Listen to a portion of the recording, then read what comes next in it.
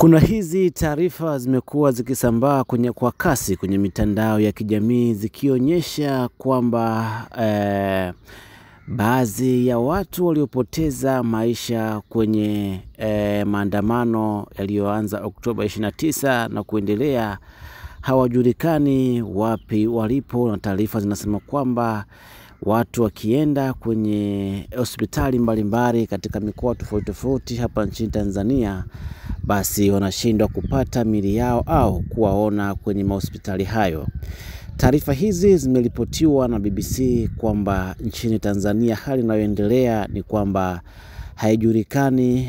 maiti hizo zimeweka wapi mpaka sasa hivi, kwa sababu ndugu, jamaa na marafiki wamekuwa wakitembea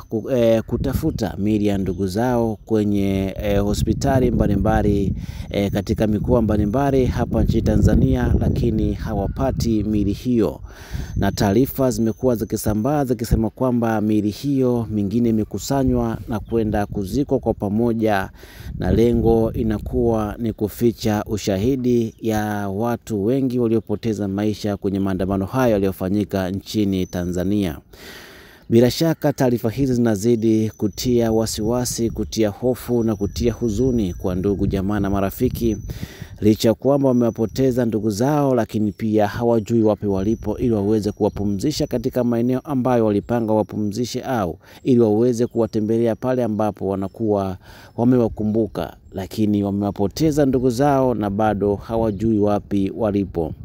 Na wakati mwingine watu hawaelewi kwamba je, ndugu zao wamefariki au wako hai, kwa sababu wakipita mochwari hawaoni ndugu zao, wakipita kwenye hospitali hawaoni ndugu zao, na bado haijulikani wapi walipo. Hata wale ambao walionekana wameuawa na wao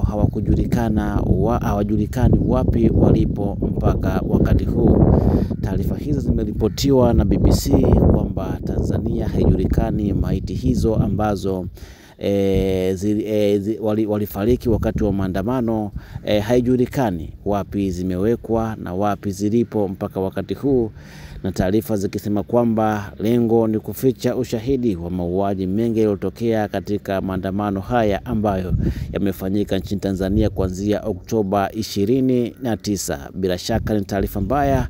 na tunapaswa kuombea na wapate moyo wa uvumilivu ndugu, jamaa na marafiki waliopoteza ndugu zao, ili waweze kuendelea kupambana kwa nguvu, waweze kupata ndugu zao wapi walipo. Naam, mwanafamilia, nikukumbushe, kama ni mara yako ya kwanza kutembea channel hii,